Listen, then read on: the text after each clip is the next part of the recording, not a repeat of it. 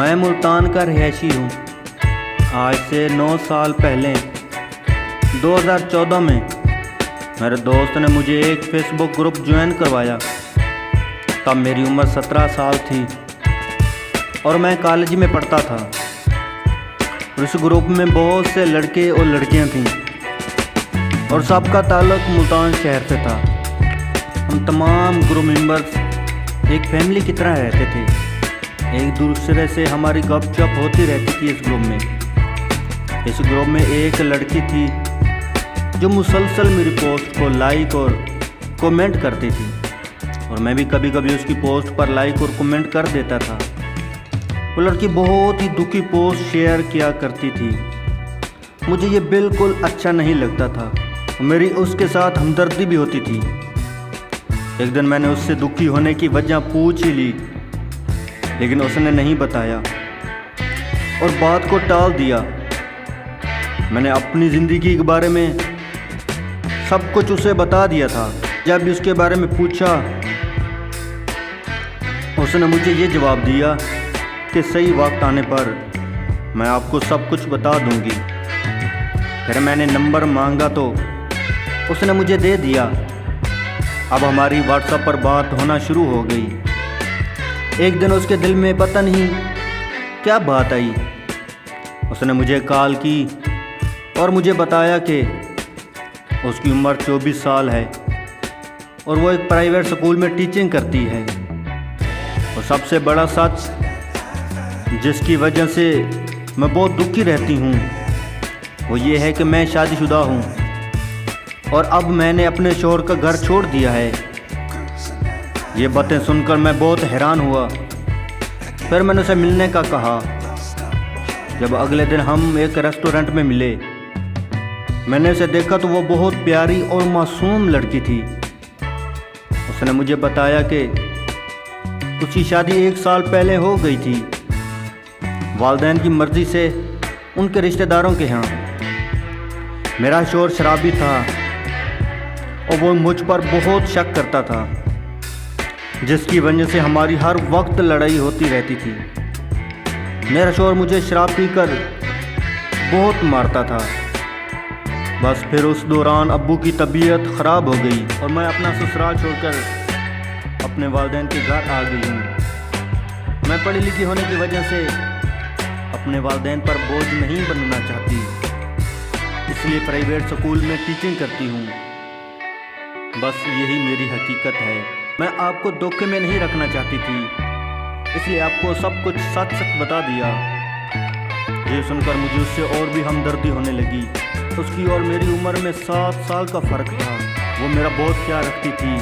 वो मुझे हर वक्त समझाती रहती थी कि कभी ज़िंदगी में कोई गलत काम मत करना।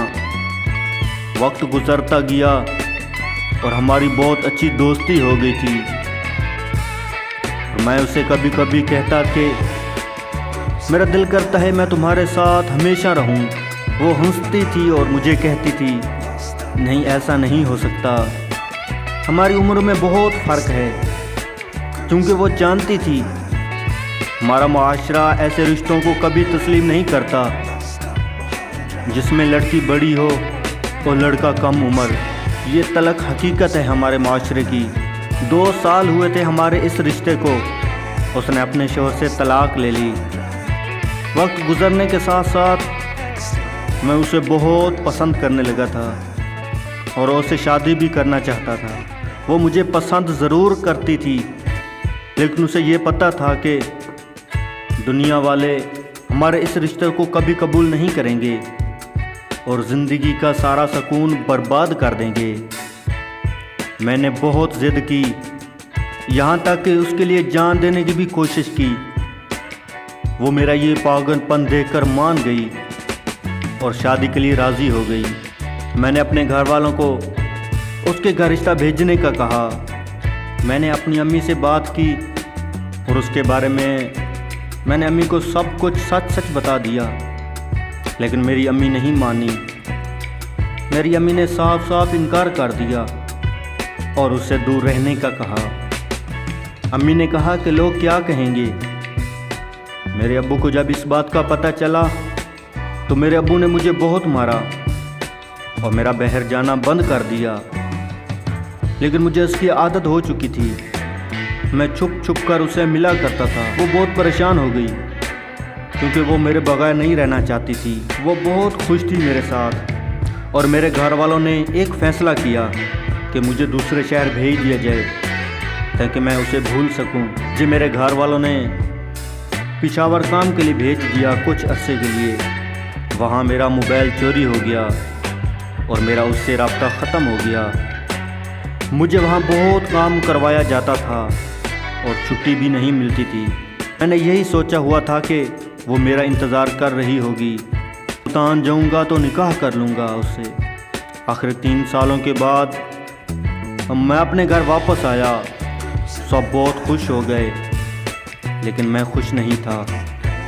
मैंने उनका पता किया लेकिन वो मुझे कहीं नहीं मिली। मज़ीद पता करवाने पर पता चला कि वो जहाँ रहते थे अब वहाँ से चले गए हैं।